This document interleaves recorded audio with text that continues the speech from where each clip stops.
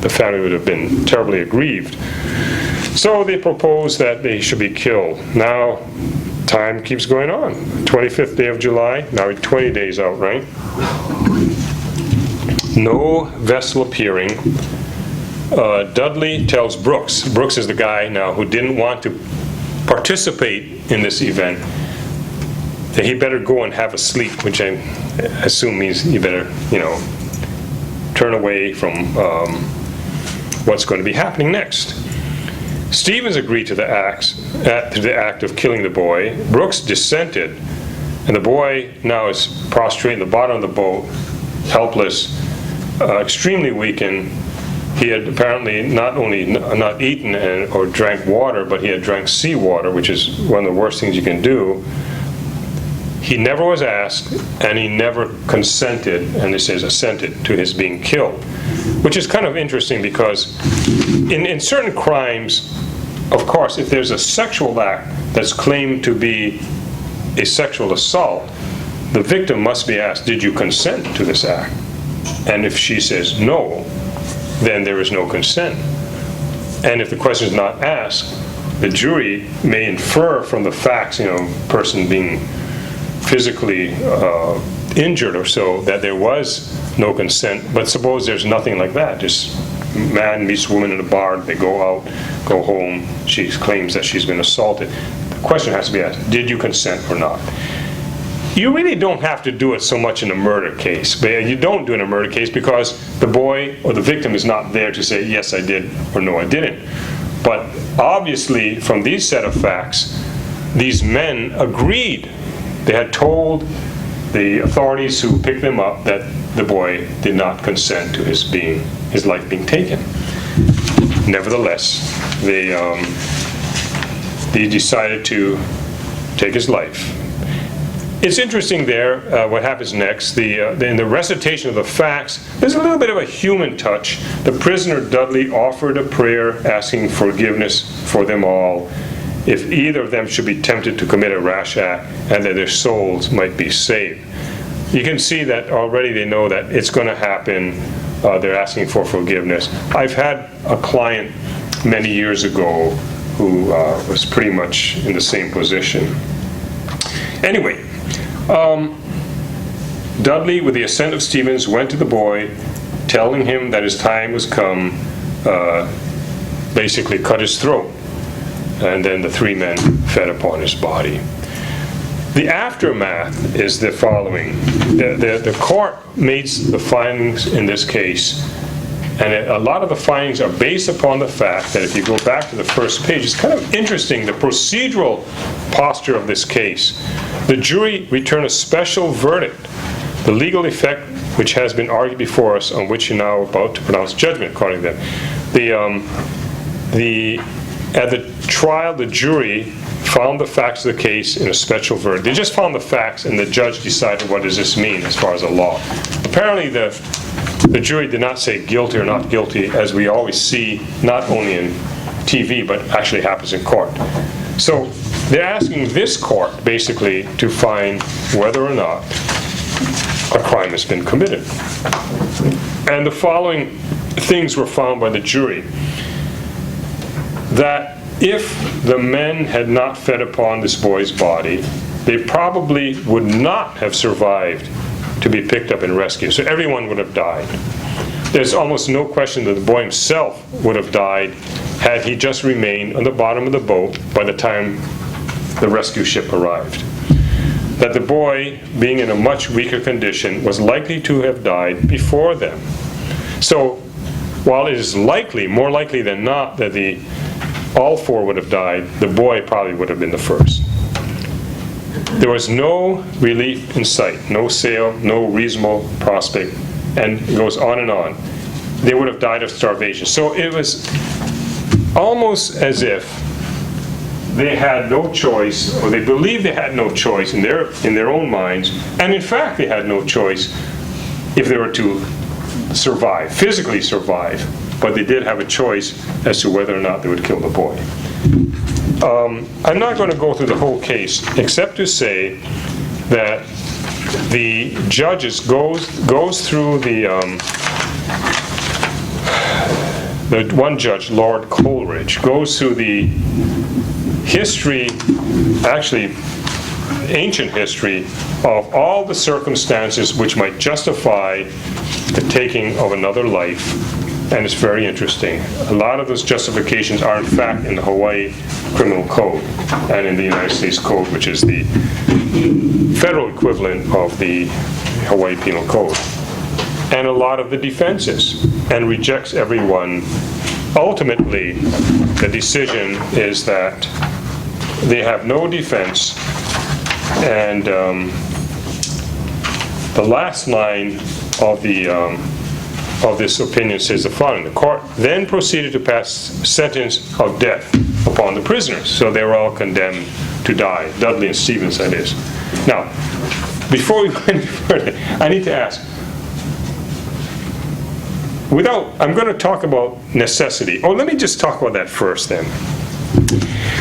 Here's an interesting defense. And the reason it's interesting is that normally you don't have words like evil in the law. I mean, evil is a sort of a moral, religious, ethical word, right? You think, justification, necessity. That sounds like the kind of word you would use in the law. Section 703-302 of the Hawaii Revised Statutes has this defense, and the name of the defense is choice of evils. Isn't that something? Choice of evil. I find it pretty interesting. And let me just read you the definition. It's a little complicated, but not that complicated. Conduct, which is the taking of this life, right? Which the actor believes, the actor would be Dudley and Stevens, to be necessary to avoid an imminent harm. That means a harm that would happen right away. You can't say, well, the guy's going to shoot me, so I shoot him. That would be, self-defense, and probably, even though the person dies, it's sort of like a choice of evils. Either I die, or someone who is about to die. I'm going to take the life of the person who's about to kill the bank teller, let's say. You can't say, well, that happened 2 weeks ago, the person almost died, and then go on and kill the perpetrator because it's too late. It has to be an imminent harm. The harm has to present itself right then and there.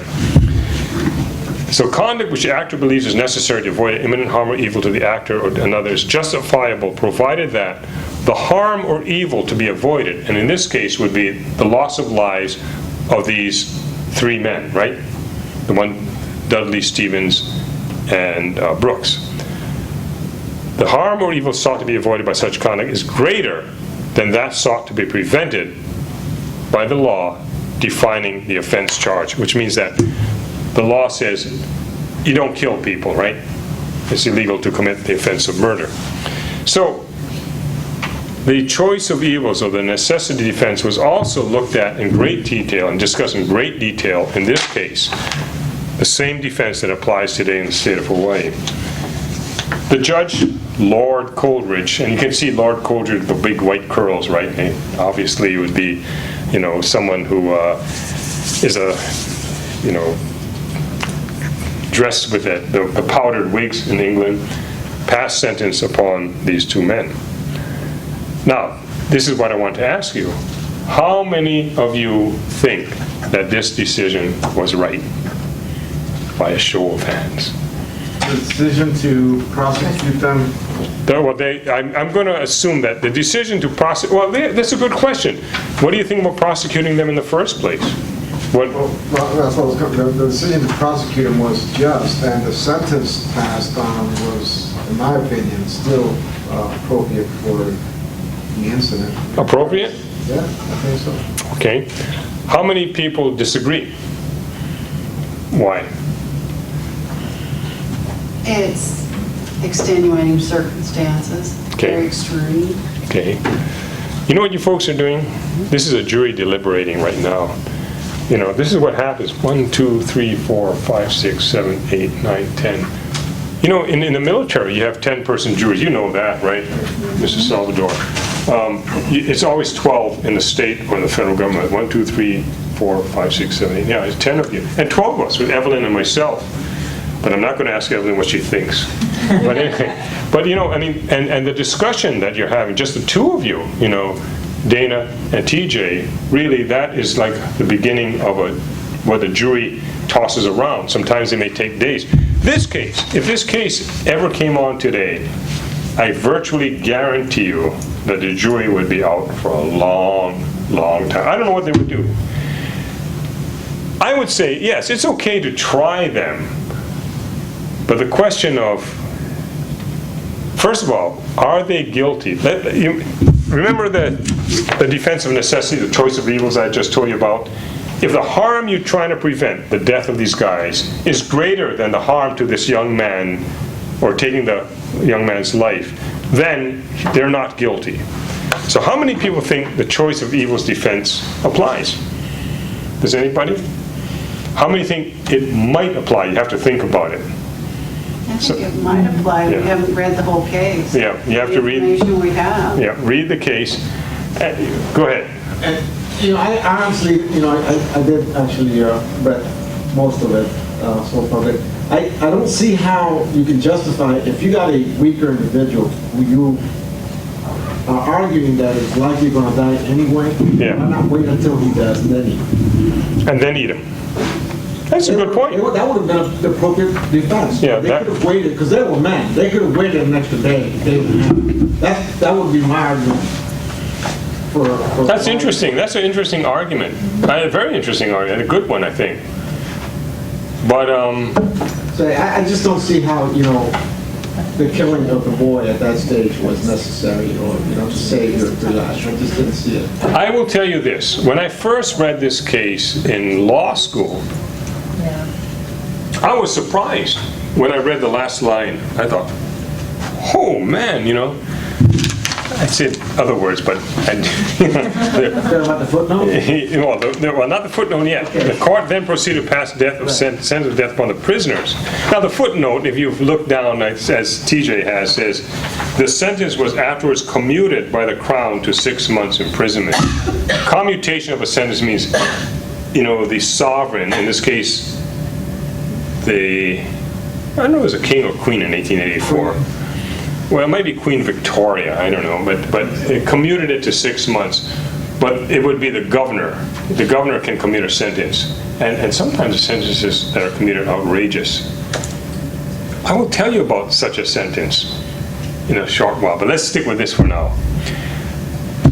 And by the way, you don't mind if we spend some time on this case, right? I mean, I can jump over to all the, the rules of penal procedure and rules of evidence, constitutional rights. But I kind of like this where we are right now, if that's okay with you guys, all right? Well, let's look at it. Okay, so, when I first read this, I was kind of surprised that they were even convicted. I thought, well, there's no doubt in my mind that they felt very badly about what they did. A good point, I think, is, well, maybe they should have waited a little longer. But how long do you wait, right? It does seem that when you read this, when the guy prays for forgiveness and then sets upon the boy, doesn't it get you a little bit like, whoa, it's kind of quick, it's like premature almost. And then the graphic part of it, cutting the boy's throat, I mean, that's awful. I mean, nobody cannot be affected. You got to be really cold not to be affected by just the idea of that. This poor, unfortunate boy, probably, 16 or 17, whatever he was. Can you imagine that this guy, first of all, he's in this boat in the middle of the Atlantic Ocean with his 3 starving guys, and oh my gosh, and he's so sick. What an awful way to die.